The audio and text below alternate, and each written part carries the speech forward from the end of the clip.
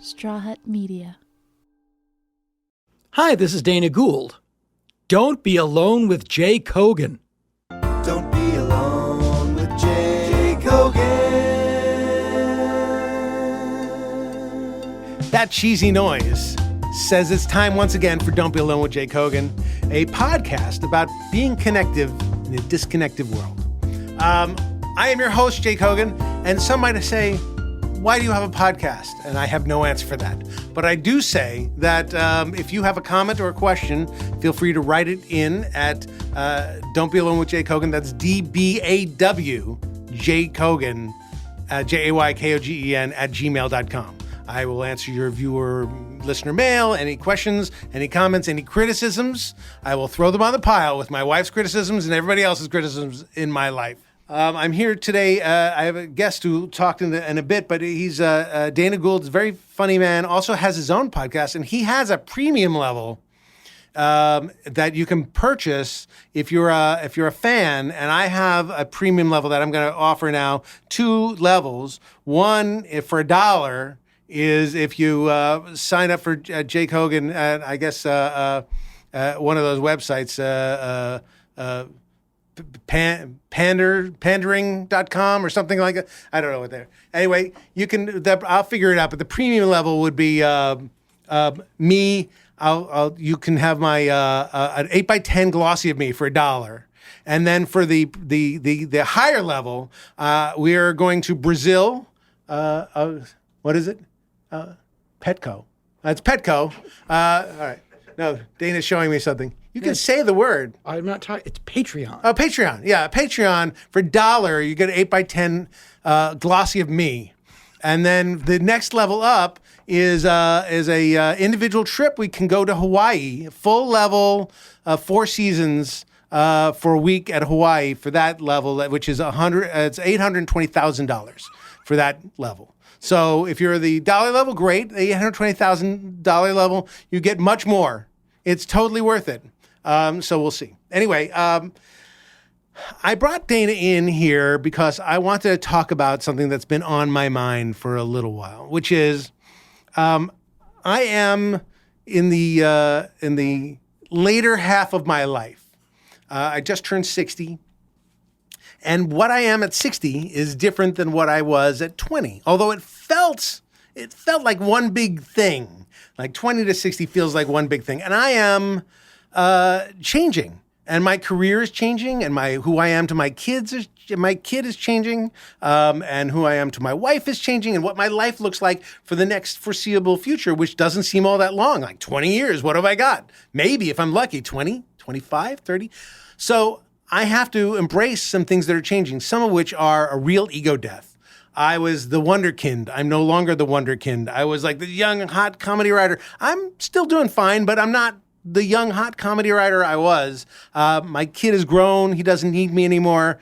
My wife still tolerates me, but it's not that hot relationship that we once had. So how do we adjust to becoming who we're going to becoming and embrace saying goodbye to who we were? And that's why I brought in my very thoughtful and good friend, Dana Gould. So Dana, thank you for being here. Thank you for having me. Dana is a comedian. Everybody knows. He's been making us laugh for 30 years. He's been a comedian for 40 years, but he's been making us laugh for a solid 30 years. And so thank you for that. That's about right. And you were an actor, and you had your own shows, A Stand Against Evil, and a writer on The Simpsons and many other things, as well as having your own podcast, the Dana Gould Hour, which is, I must say, something I'm a big fan of. Oh, thank you. And I listen to all the time. And it's not an hour, guys. You listen to it once a month. It's yeah, but I've listened to it for years. So thank you. Yeah. And it's really long. So all the time is not.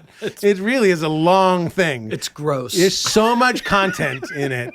It's unbelievable how much written, produced content there is. Like, I come in here with nothing prepared, and you come in with everything prepared. It's very silly. And also, Hanging with Dr. Z is a great show that you have. You and Rob Cohen sort of put together. And Pete Aronson. And Pete Aronson. And it's this really funny show that you can see on the YouTube. Yep. With you dressed as a Dr. Zaius. or a Yes. or a monkey Now that's we like can say it. okay, Dr. Zaius, and A simulacrum. right, and he's this character of Dr. Zaius is sort of an old time Hollywood 60s 70s bon vivant. Yeah, it's like Sammy Davis Jr. Yeah, So Planet of the Apes was a movie he made, but he's had a long career. right, and so he's ensconced in show business. Yeah. You'd just as likely to see him at Chasen's as you are at the destroyed Statue of Liberty. Yeah, exactly. Yeah. He's like Peter Lawford in '78. Sure. Just knows everybody. Right. I love. Yeah. When you were a kid, didn't you wonder why Peter Lawford was a name that you knew? like how did I know who Sammy Davis was? Well, and then- like a lot of kids, my favorite movies were Star Wars, Planet of the Apes, Right. and Salt and Pepper. sure, that's what you do. Those are the big three. So Dana, you and I are. I'm a little older than you, but we're of similar ages. Yeah, you're not that much older. How do you adjust to becoming who you are now, and maybe even giving up some of the dreams you had in the past? Where do you fall? It's something that it's like any form of growth. You don't see it while it's happening, but you see it after it's happened. Like, oh, I don't, like I give you a microcosm example. I was at a hot Pilates class. Okay, all right, sure. Because the And- cold Pilates. Well, that's yeah, no good. no, it's not. Yeah. But because I'm afraid of growing old. Like I'm Sure. exercising and just trying to stay limber. And my wife is younger than I am, so I have to keep up. Yeah. And She's talked about leaving you a lot. If Dana doesn't stay fit. she's in town. You've seen her. And there were it's me and a bunch of women in their 20s Right. and 30s. Okay. But I don't. Because make that's who takes care of themselves. That's who. Yeah, and that's who You goes to and hot a bunch of women, Pilates. sure, Yeah, yeah. I went with my wife, and then and they know my name. Okay. Like I go, I'm just hi Dana. And, Right. I'm just like the weird old guy that doesn't make Sure. eye contact. Right. You're not allowed to look at people when you're in that class, right? People stretching. No, I'm so tunnel vision, Right, yeah. and these are literally like my daughter's friends' age. No, I I'm know, just but it's like yeah. one of those. I'd be very self-conscious about being. hugely self-conscious. Yeah. But I was listening to two young ladies in the parking lot talking after the class to get my car, and I realized that one of them, at least, was a comedian. Okay. And they were talking about this, and then we're going to the Edinburgh, and I was like, just got in my car, but I was like, yeah, of course they have no idea who I am. Yeah. So because I mean, they might know my name. that was a conversation you would have been involved in. Yeah, 10 years ago. Yeah. Okay, interesting. Or just like, and I am now old enough to know not to go, hey, I'm a comedian. They don't care. Yeah. They don't. They care. might. They might. Yeah, in a different situation. Yeah. No, but it was like they don't. Right. That's their world now. Sure. And you kind of have I have like a boutique career. I do the stuff that I do because I like it. I'm not competitive in any way because I can't be. Right. Okay. But Yeah. there was a time when I was you were competitive. Oh my and God, yeah. and you wanted to, find your way on the late night talk shows and get your own show and do a lot of things that people do. people told me I was going to be hugely famous. Right. Okay. And you are, by the way, People, by the way, that I was paying. right. You're not unfamous. I'm not People- unfamous. People know who you are. Yeah, I have and you've built a I have a career. Roy Clark level of fame. Roy Clark used to send a bucket of popcorn to my family at Christmas. Just saying.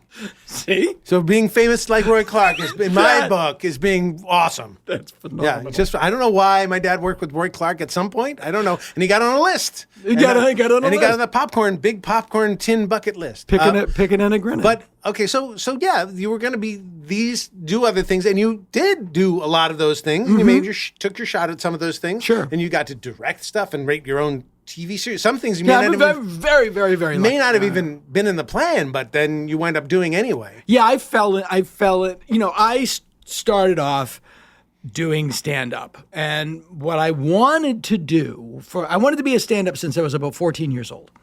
And what I wanted to do is I would become a stand-up. And then I would become such a famous stand-up that I could become an actor. And then I would become so famous as an actor that I could write my own movies and I could be in them. Right.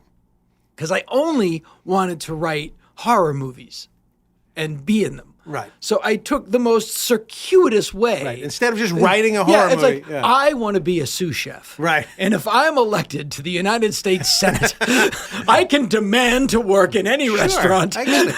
Right. I went to the most ridiculous way to do it. Here you are. Here I am. Let's talk about me for a second because I'm fucking sick of talking about you.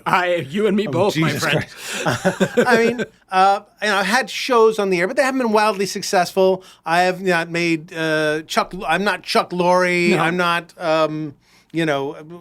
I would say that you and I are successful journeymen. Yes, exactly right. Yeah. And that, in some ways, is a disappointment, and in other ways, is just fine. Yeah.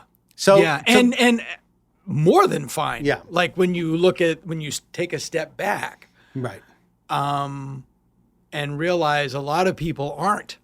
That's right. We're comfortable and we've got lucky. a certain amount of happiness and you've got wonderful children and I've got a great kid and we've got all those things. But it's also when TV staffing season comes around, I'm not on top of the list anymore. And that's something that's really like I used to be, and I got really used to it. And now I'm not used to not being there, and I have to adjust to the idea that maybe I'm not that good, or maybe I've worn out my welcome, or something along those lines. And the kids are listening to different bands. That's right. And it's I was never as much of a staffed writer as you were. I was on shows, but I did too many other things to really build up to be on that list. But you got there. You're there. Yes, I did. But I have always had the thing of like, I want to write on a show. Great, invent a show. And that's always been, do you want to be in a movie? Great, build a camera, fund a studio. Well, one of the first things we did was a pilot you wrote called World on a String. World on a String. And the late lamented. Yeah, it was great. It was great. Really smart, really funny. No idea why it didn't get picked up. I think we didn't have a director who helped us. Oh, I know. Oh, what happened? Well, I know we didn't have a director. It's a terrible day when the cast is sitting at the table for the table and the director comes in and goes, "Oh, a dog got killed by a coyote." That was the first thing. Right. But anyway, you got caught in the changeover of not Peter Chernin, but Peter Roth? Peter Roth came in I see. and inherited it. Right. And he said, I don't want that It stuff. scares me. Yeah. It scares me. Oh, well. But here's the thing. You did write for yourself, and you wrote a really interesting, cool show for yourself, and it was a good swing. A good swing. A good solid swing, but it didn't land. Right. And you've been doing that for, bits and pieces for your whole career. I think pretty much everything I've done is that. It's my stand-up. I'm a very well-respected stand-up. Yeah. And I'm very proud of my work, but I never got out of the clubs. I don't do theaters. Right. Yeah. I'm still in the clubs. I had a TV show on IFC that, as Bobcat Goldthwait says, the witness protection plan of television networks. Right. My everything I've done, I'm at peace with it now, where I'm like a boutique guy. My podcast could be huge if I talked about how hard it is to be a white man today. Right. And right. if our culture, Jay, yes, has ever had a victim, it's the white man. It's the white man. Yeah, I agree. I agree with you. But I could put on that mask and tell. I mean, I would never do. I have a soul, but Yes. but I know it's like, yeah, I could do that if These minorities have had a good 2 or 3 year run. I think it's over. You know what? Yeah, they've been at it. had it. They've had it pretty sweet. Yeah, for a couple years. Since now, come on. Since Avengers Endgame came out, they've been really riding now it it's hot. time for the white guy to really get a we chance. need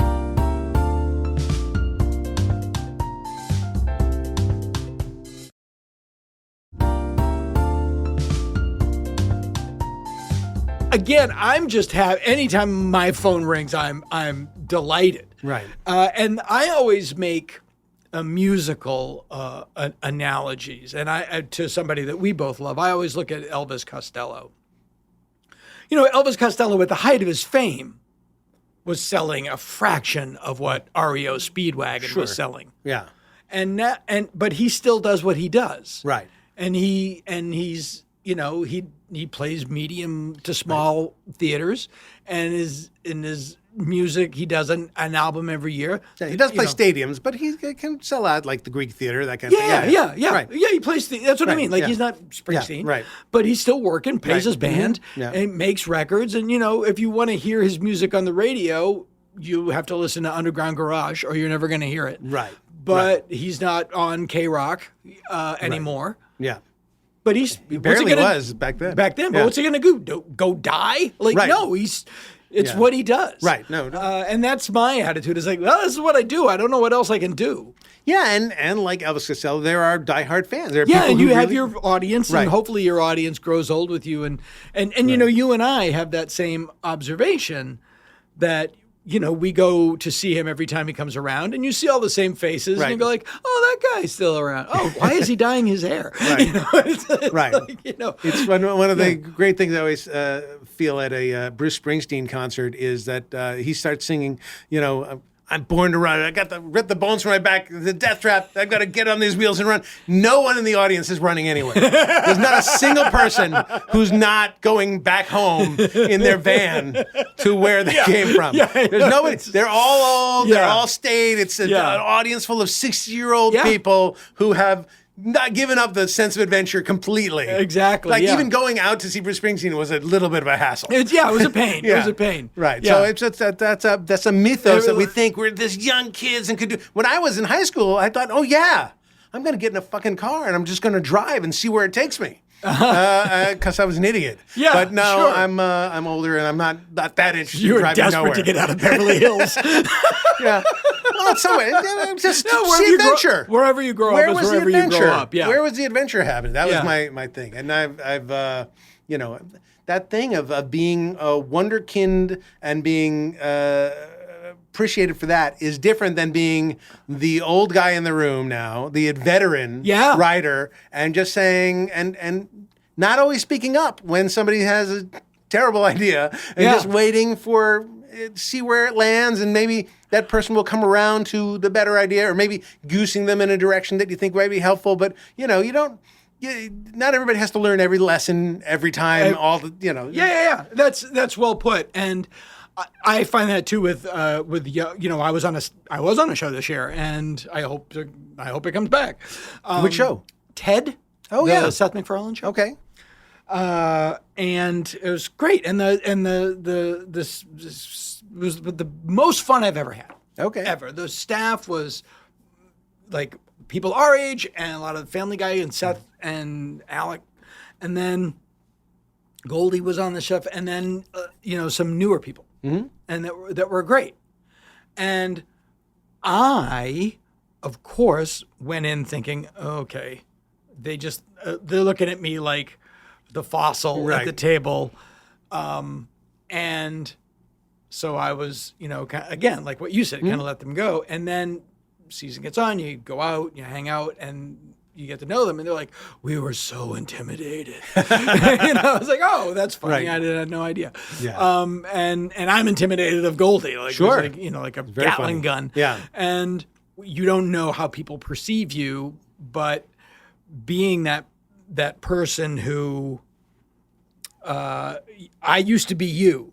And I remember looking at the older guys, and now I'm the older guy in the room. Is there something that you didn't do that you still wish you did do, or still think you can do, that you want to do, that's still lingering there, directing horror movies or anything that's still waiting for you? That you wanna do? I want to write a movie, a theatrical movie that gets made. I wrote a couple of movies that are like made for TV movies and things that have gotten made. But I am writing a horror movie now. It's a weird skill. It's a skill set that's very similar to writing comedy. Right. And it's where I'm very passionate about it. And I would love to segue into that career. Yeah. I think that would be great. Thinking of what's coming forward, what Yeah. next is what's helping me get through I'm changing to be like. Yeah, and that it's a new thing. It's not like, I want to go back and really get into the theater, because I do stand up the way people golf. It's like Right. I love doing it. I go out there. Right. Well, you're very good at it. Yeah, and it's great to know that you can still do an hour and a half. And if they're nice enough to have me, and great. I mean, the material is very sharp. It's always funny. It's really well thought out. I mean, there's no one who does a smarter set of material than you. And yet, I still work occasionally. Yeah. Again, it's like it's sort of like when you go to having material like that instead nowadays, it's sort of like going to the snack bar at the movies, and then there's a kale salad. There's like Milk Duds, popcorn, and a kale. Would you like a kale salad? Right.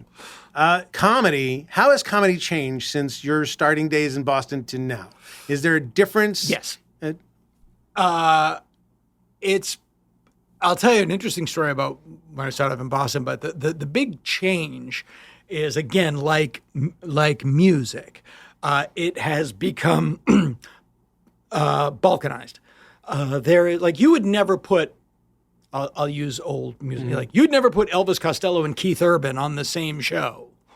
Okay. I would, but I understand. If you wanted to build one kind of an audience. Rat. Right. And you wouldn't put like Rat and or Elvis Costello in the same show. But comedy would always do that. Right. You're all comedians. You're all the same. Right. Now there are different schools of comedy. There's the kind of this weird bro culture. There's a lot of this hugely strong feminine force in stand-up comedy that wasn't there when I was starting out. Right. Most of the funniest new people that I know coming up are women. When I was starting out, there were like 3 or 4 funny women that you knew of, not just in the world that were famous.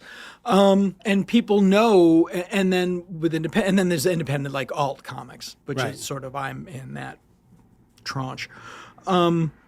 And people know to go to see their type of comedy. So when you go to the improv, or aren't you still getting the variety? The improv, of people?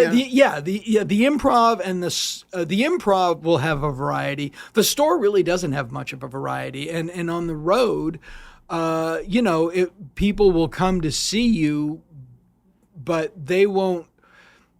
Comedy club. It used to be people would go to the Funny Farm to see comedy. Now they go to Who's There. Okay. And if it's like a Joe Rogan kind of guy, you'll get that crowd. Right. Or if it's me, you'll get my crowd. Or if it's, Andrea Jin or like a younger female comedian, you'll get her crowd. Right. And then I think that's fine. That's healthy. But it's more like music. Right. It's like you get, and it's funny because I just worked in Portland and with 2 comics, and they said like, your audience is so nice. It's like, yeah, because they're all the Springsteen people. They're like, exactly. They're nice people. They want to come out and laugh. They're in parking lots full of minivans. Everyone here has cleaned juice boxes out of a car. Exactly. I miss the eclectic nature of the other thing. Yeah. Where people could just be shoved together in a different Oh, variety. I of think stuff. it's healthier. Yeah. But Yeah. I also just miss it. I like it better. I like being exposed to more stuff. When I was a kid growing up, I wanted to be exposed to everything. And I hope that younger people get exposed to more. Not the bros. The bros can fucking have their bro stuff. But everybody else Yeah, should be I exposed to agree. more. I agree. Yeah, and unfortunately, bro culture. I don't know if it's more prevalent than it used to be, or we just hear about it more. It's like We hear about it more. Yeah, it's like cops are as bad as they've always been. We just didn't have cameras on our phones in 1978. Right. And people didn't have the sense of entitlement and victimization when you were a white guy, the sense that they're the victim that they do now. That's all brand new. That's all brand new. And we know where that came from. Horrible. Yeah. It's only good places. Yeah, well, white dudes have had the run of the show for 2,000 years. Right.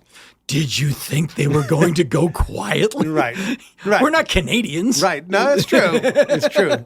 The old joke, how do you get 20 drunken Canadians out of a swimming pool? Ask them. Yeah, guys, could you please leave the pool? The nicest. The nicest people. Nicest people. Yeah. So I'm... thank you for talking about that subject. We have other questions. The kids, when we talked on the phone earlier, Yeah. I was thinking a lot about the change I've felt, not personally more than professionally, which is my kids, what you said about Charlie, Right. my kids don't need me like they used to. Right. I still have a 14-year-old, so Right.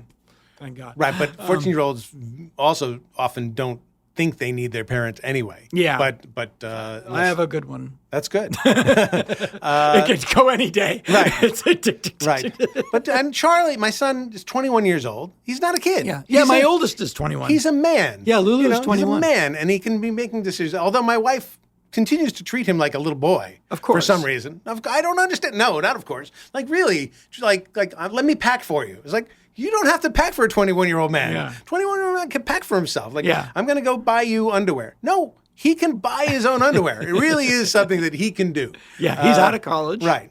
Is he out of he's not college? He's one more year left. One more year, yeah. One Yeah, more year. Lulu's a junior. So yeah, he did COVID. He should have been out of college, but he Right. did a year of sitting at home complaining. My daughter's in China. Yeah, that's amazing. I can't wrap my head around that. Yeah. So if there's something, do you worry if something went wrong? How would you get there? You know, like, Hell yeah. I was going to fly.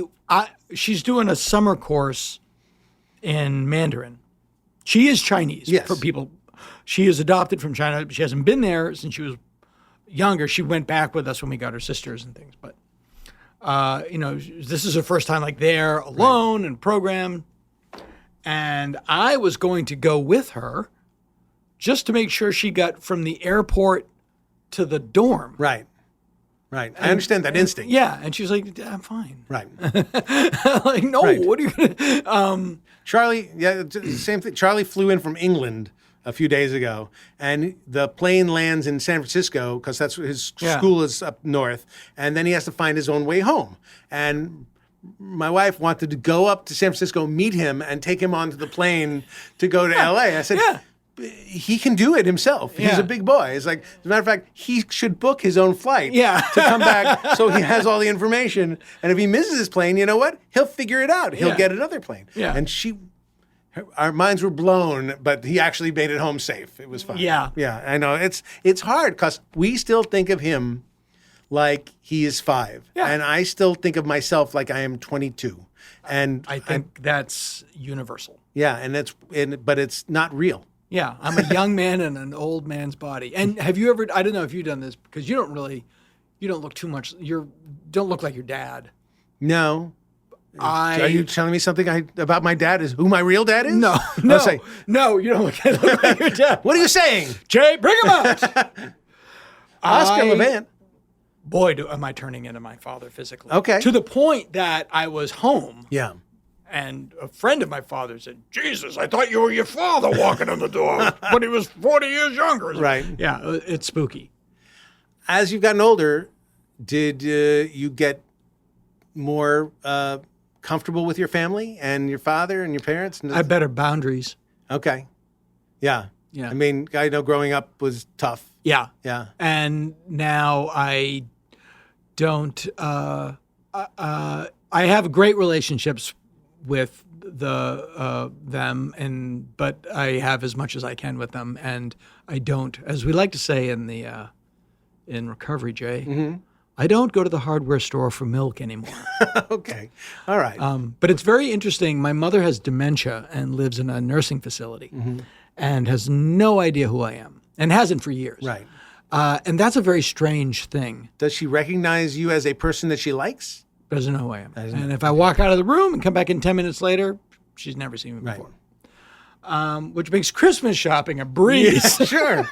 But it's weird, and it's like wading into a cold. I have ocean. this It's like- experience with several people who are very close to me, and it's a very strange thing to not be recognized. It's a very strange thing to not be recognized by your own parent. Yeah, you know, that's like it's weird. It's almost feeling like a little bit like you're set adrift. Like all the reality that you knew is no longer recognized. So what is reality? It's just have that moment. Yeah. But then you go back to okay, well, It's what it is. I have the memories if they don't.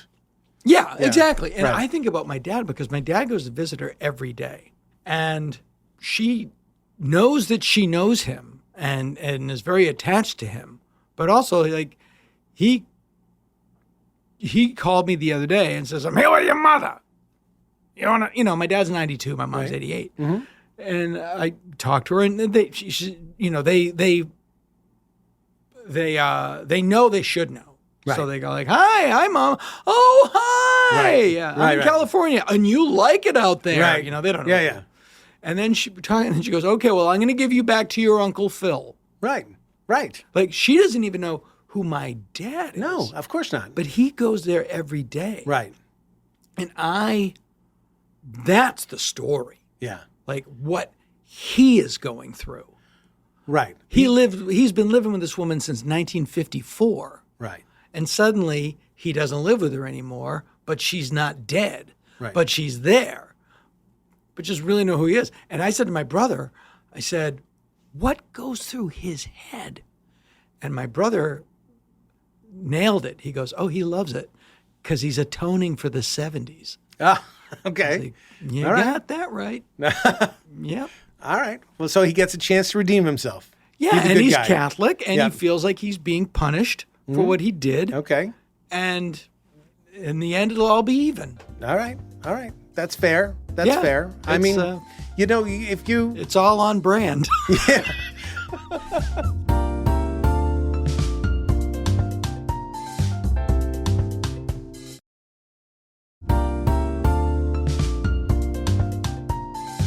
But there is something still about the physical person being there, the person you spent your life with, the physical person, even just being there, that's something. That at least there's somehow a connection there, even if they're saying you're the uncle or the neighbor or whatever they think. I'll tell you something that's pretty great and but also strange. Last time I saw her, about a year ago, I was with my my wife, and we went to visit her. And my father goes, "You know who this is?" And at first it was like an Abbott and Costello bit. He goes, "Do you know who this is?" And she goes, "No." And she goes, and he says, "This is Dana." And she goes, "You have a friend named Dana." And he goes, "No, this is our son." She goes, "We know two Danas." Right. It's like, Yeah, sure. But then she looked at me after, and suddenly there was just like, and she just went, "What? I love you." Ah. That's And then amazing. for like Yeah. and then it went away. Right. And I kind of like, this is a terrible thing to say. Right.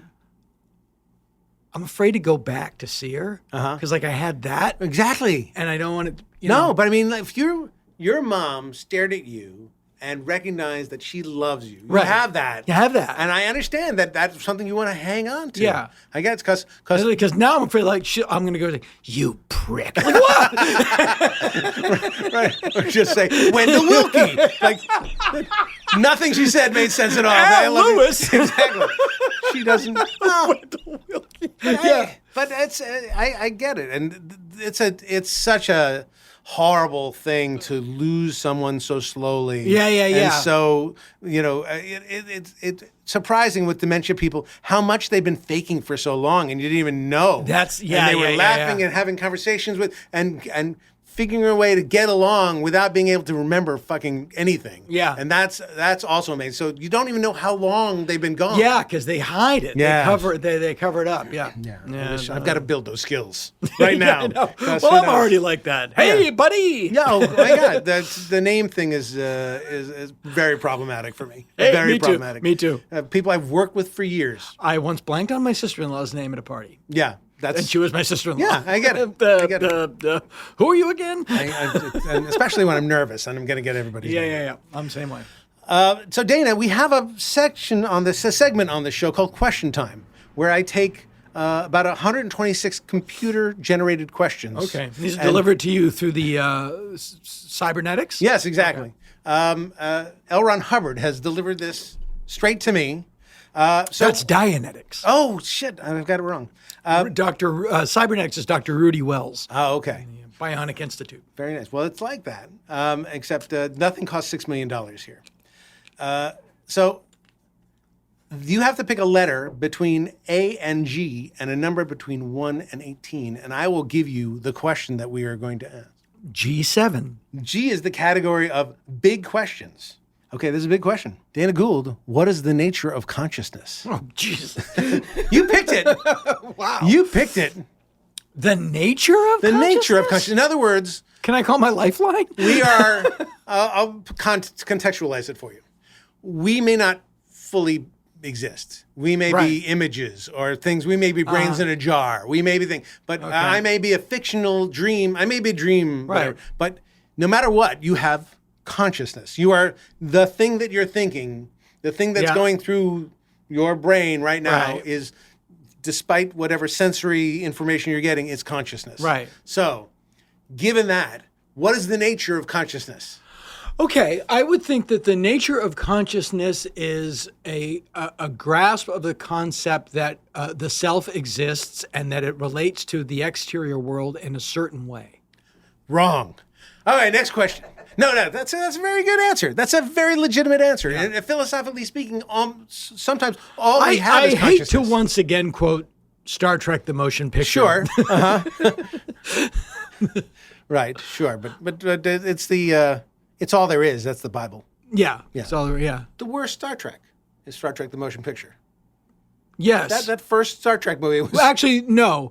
The second worst Star Trek is Star Trek: The Motion Picture.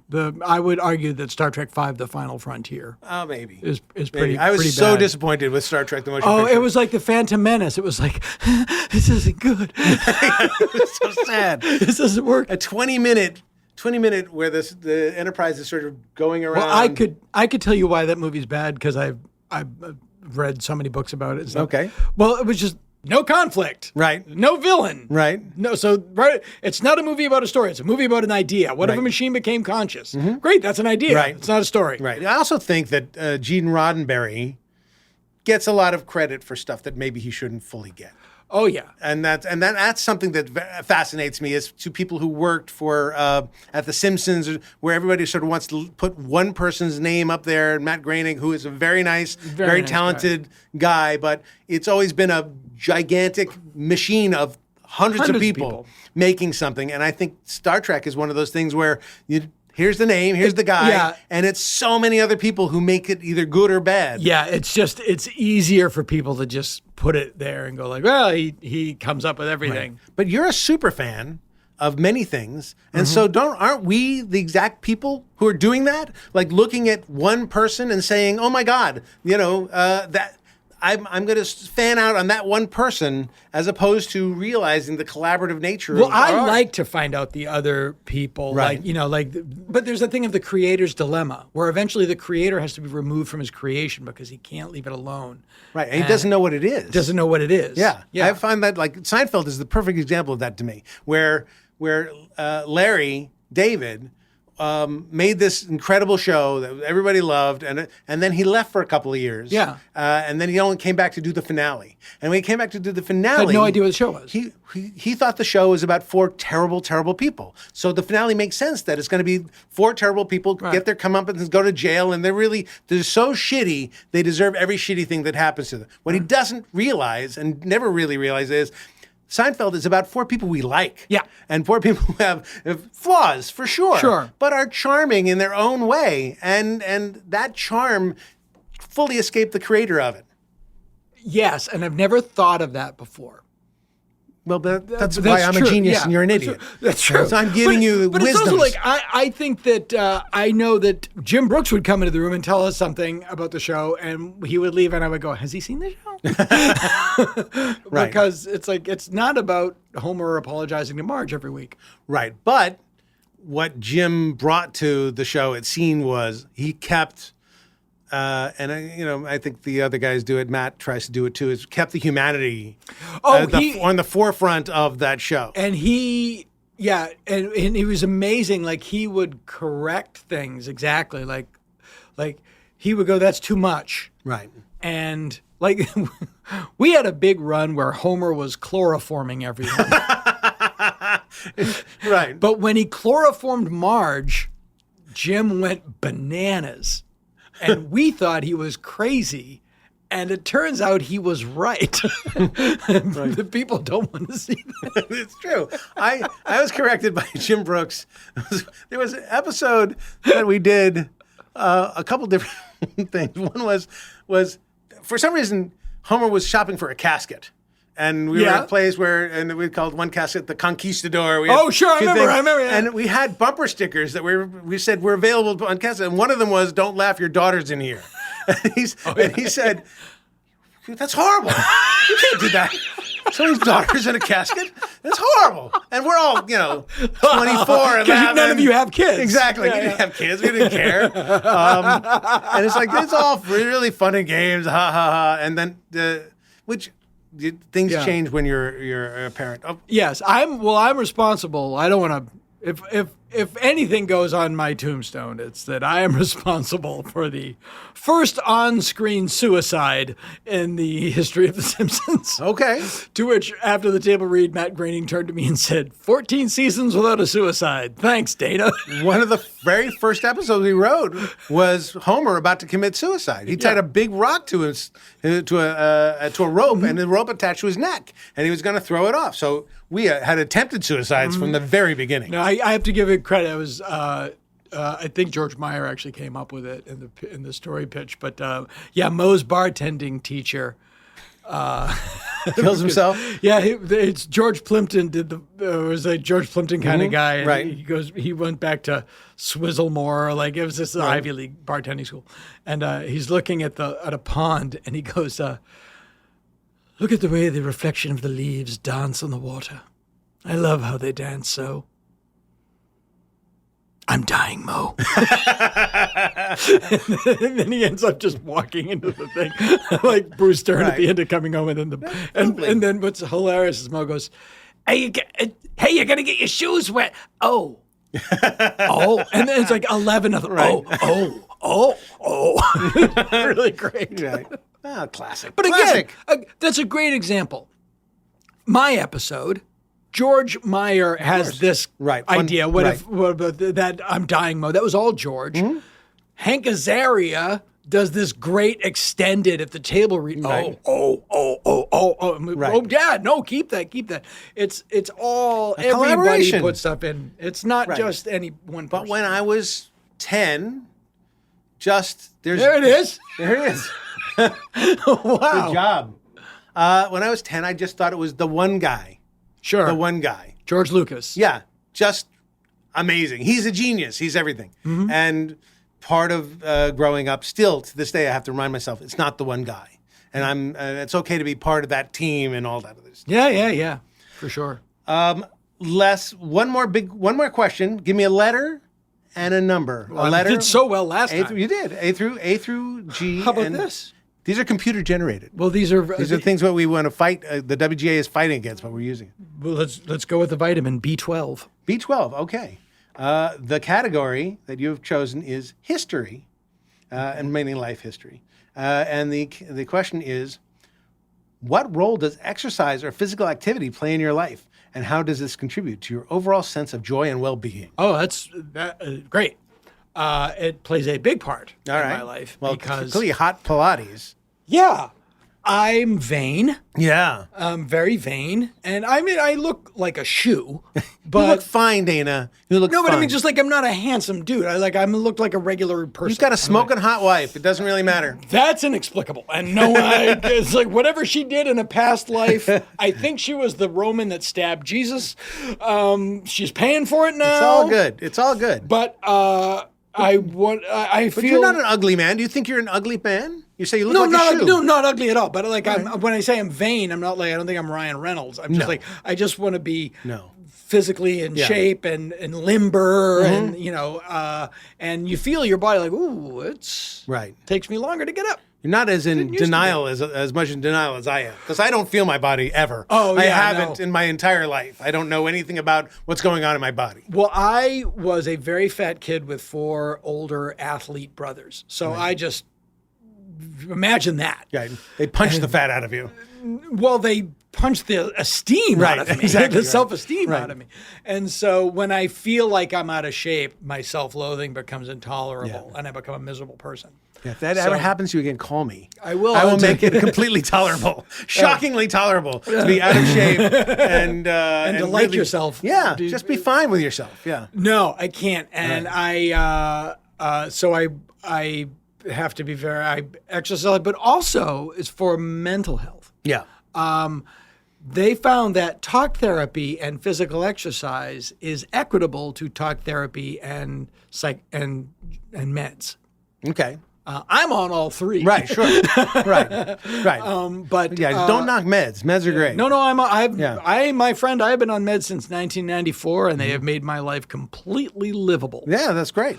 But you have to find an exercise that you like or that Yes. you're willing to do. That you're willing to do, yeah. That's always been hard for me. I found that, and this is the old man version of exercise, walking in the hills. Nothing wrong with it. That's if what I can do. listen to something, Yeah. great. That's my exercise, Yeah. walking in the hills. And you are held, like we hold ourselves to a completely fictional standard of what we're supposed to look like. I guess. I don't really hold myself to the Ryan Reynolds standard. But in you terms are. of people on TV, I didn't know this. So we were talking about Star Trek. I didn't know this.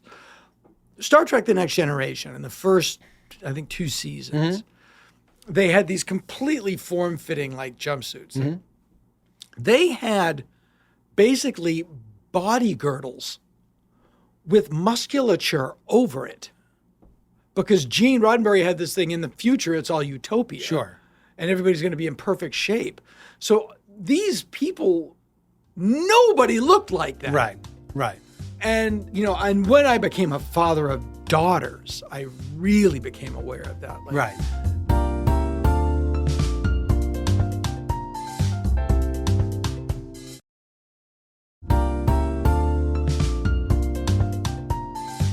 The body issue thing for girls is so huge, and with social media, have they succumbed to any of that, or have their self-esteem been just strong enough and separated enough that that's not a problem? One of my daughters I thought was not in the best shape. And I was talking to a woman psychologist, not just a woman I knew. I would never go to a woman psychologist. No, of course. Ridiculous. A woman treating a man. I mean, maybe a psychologist's wife or mistress. Sure. But I said, I don't know what to say to her. And she said, you say nothing. Right. You love her. It doesn't matter. And that was the best advice. I was Absolutely. like, I've never said a word. Like, Right. You just hire somebody to criticize her from the outside. But she's like, is she out of shape? She knows. Yeah. She doesn't need you to tell. And boy, I remember every comment my dad made about my body. Right. Every one. Dad, and my dad too, and it was sort of like Yeah. didn't make me want to lose weight. Nope. Ever. Just made me hate him a little bit. Right. Yeah. So it was tough, but that's. But good. I love seeing that go away. Like you really do see in advertising different body types and different. Yeah. It's starting. Yeah, a little. Starting a Little little. Yeah. So, but people still like to look at pretty people.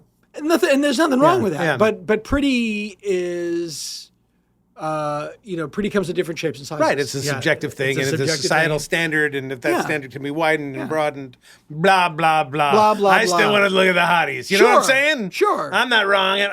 Yeah. I became an asshole for a second. As the editor of Cannes magazine. There must have been there's jugs are selling well. Cans was the cracked to was the Cans Mad a real magazine? No, but it should have been. Yes, I was going to say. It would have. That'll be if Jugs was mad, then Cans would have been cracked. I always during the Where am I going? The Me Too period, I always thought it would be funny, like to say, like, what's going? Well, my magazine shut down. It's like, what was your magazine? Shut Up Whore magazine. Some reason this was not the right time for that. There's you talk about like getting older and stuff. Like I'll see a comedian that's coming up, and they'll have just like a great, bit, and it makes you feel like, oh, good. Oh, great. Right. I'm not threatened by it at all. Right. It's like when I'm not comparing myself to this person, but like when Pete Townsend saw The Clash. Right. He was like, thank God. Yeah. There's somebody. Yeah. And I don't even know the joke, but the premise is brilliant. A comedian named Drew Landry has this bit about because Hugh Hefner died a month before Me Too. It's like he knew. Like, right. Guys, I got to get out of here. Yeah. It was not soon enough, I think. It was like, it seemed. Sarah got really old and really sad. I want to do the doc about the last 2 years. I've got 17 girlfriends. Like, do you? Yeah. Do you really have 17 girlfriends, or are they caretakers? Like, what's going on with you? Like nobody who saw it. Did you see Cry Macho? Yes. Like no one's like, I want to see what that guy is doing in the sack. It's true. Yeah. Which give him his Tana leaves. Right. Which leads me to another question. How much time did I have in my hands that I would watch Cry Macho? I see everything that guy does. I do too, but it's like, they're not all good. They're not all good. Oh, no. They're by the way, he was old and Unforgiven. And that was 1992. Yeah. Well, remember, Indiana Jones and the Crystal Skull came out in 2008. Yes. People are older longer. They're old for longer periods of time now. It's true. Well, I think that's maybe good news for us. It is. I want to be old, but not be so old that I'm insane and can't move. Well, insane wouldn't be so bad because you don't know you're insane. I'd be the insane kind who's like, I know I'm insane. Oh, that would be hell on earth. But yeah, that's what I don't like is the physical infirmity. I know that you're trying to end this, but let me ask you this question: did you see Indiana Jones? Not yet. I want to see with my son, who is at home with COVID. I'm so sorry. It's all right. It's the new mild COVID that doesn't matter, but I just want to see it. I want to see it with my kid. I loved it. Yeah, I hear it's very good. I loved it. And people, I hear it's terrible. Well, yeah, for people that thought it was terrible before they walked in the theater, there's nothing a movie called Indiana Jones and the Dial of Destiny should have that this movie doesn't have. And that guy's a great director. He's really Harrison Ford is great. Yeah. Like, it's all good. Yeah. It's like, he can't help that he's 80. It's not his fault. Right.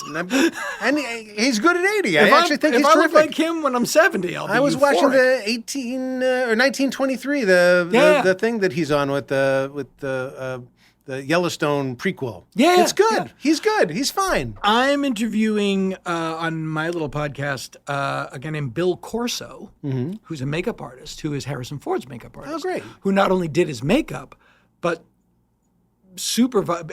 built the software and supervises the de-aging. Oh, that's so amazing. it's the same guy. Okay. Well, people say it looks pretty good. It's fantastic. It's great. But that's a really brilliant thing. It's like it's the same guy on set. Right. Is in the editing because he knows what he looks like more than anybody. Yeah. No, I think Harrison Ford is the coolest. He's kind of a neighbor of mine. I never talked to him. Oh, you're kidding. Yeah. Yeah, but I think he's very, very cool. Yeah. A question I wanted to ask you about your girls. In terms of their social interactions with people, like I feel like kids. I teach college. I feel like kids are much more isolated than they were, even in college and anywhere else. Have you had to do any work to help get your girls, hanging out with friends or talking more and having more in-person time with people? Or is it all just phone stuff? Or is it they just social creatures anyway? They're social creatures anyway. I'm a very kind of hands-off in terms of their social, because I don't because I was an idiot. I Right. was like, don't do, you know. Right. They have friends and they go, but they're in their phone all the Right. time. But I think that they're in their phone all the time the way we were in front of the TV all the time. Like Okay. what our parents like, they're in front of the TV all day. Right. And I think, well, I grew up normally, but you do this. I think it's just this is human beings, the 76th upgrade. So you think know? this is just time, how time passes as opposed to social interaction? I think so, yeah. Or evolution, like just the way humans interact with technology Right. is something that, they will be freaked out that their kids are always looking at the screen that's implanted into their wrist. Right. It's like, I had to carry a phone around all the time. Right. And I think that's just the way it goes. But no, Now, AI will have killed us all by then anyway. God This is willing. fine. Yeah, that's good. they all have really great friends, and they have stuff outside of the house. They're not like shut-ins. My oldest daughter's a paleontologist. Of course. And that's what she's doing. Right. And that's she's passionate about Right. it. It goes to Berkeley. It works going into junior year. Right. Works in the museum, doing microscopic scanning of fossils. Yeah. Loves it. Like, my other daughter's really into ballet. My middle daughter is the only one going into show business, and is doing script coverage this summer. And, so they all are Doing outside stuff the and they world. have passions and that's great. Yeah. But That's they are into gaming the way we were into music and movies. Wow. Like people now, and this is something Eddie Gorodetsky said, I'm quoting him, Mm-hmm. people put their fantasy versions of themselves, like in the way we would put it into music or movies, Right. into gaming. Oh, interesting. Yeah. Interesting. I don't do much gaming. I used to. I do none. I did some, but it was really taking up a lot of time. And I understand that, yeah. I said I can eliminate that from my life, but I was the voice of a video game in the late 90s, and people still, every week I'm on the road, I will get what game? Gex, Okay. which did 3 iterations on Right. some platform, and every week Nice. I get a cartridge to sign. That's It's awesome. crazy. It's crazy. I'll Well- never understand it. We're coming to a close, Dana. Mm-hmm. And when we do the end of the show with something called Bring the Joy. So we're going to bring what are recommendations, something that brings you joy, something that brings me joy. We can go, you can go first, I can go first. It's up to you. Okay. Well, this is something that I would recommend to people. Okay. Yeah. That in terms of the Twitter of it all, Yeah. and I don't mean just Twitter. Yeah. I mean just like the internet and the news. Social media. Yeah. Okay. Engaging is a choice Right. that you don't have to make. Like if something says something on Twitter or something, like you don't have to dive into that pool. Right. You can turn away Right. and not involve yourself. Right. Because it is an outrage machine Right. by design. Yeah. That's how they get their money. Yeah. And you don't have to participate in that. I'm on, it's like, did you say? No, I didn't. And you know what? Everything's fine. Right.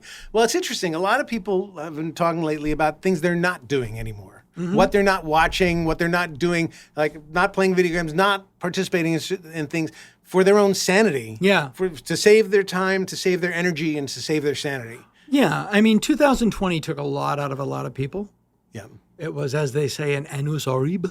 Mm-hmm. But Horrible year. Horrible year. horribleness.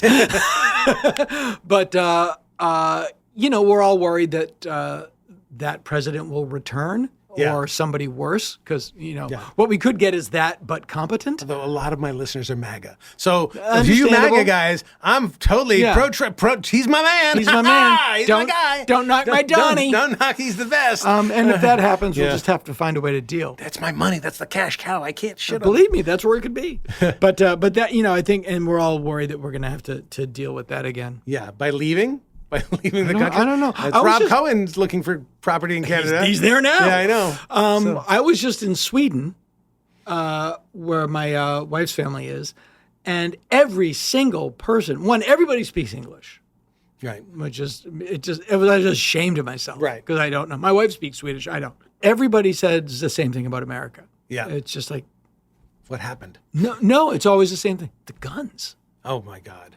Yeah. That's the only thing. Is the guns. We don't understand it. And I'm like, well, I'm with you. Yeah. I think everybody who buys a gun should also be forced to strap dynamite to their chest. Yeah. And so it's the same thing. It's the same thing, Have dynamite at the access. Everybody carry dynamite with you everywhere you go and see what happens. See the good things that come. And it's it's not, as long as the people and you can't argue it. Second Amendment.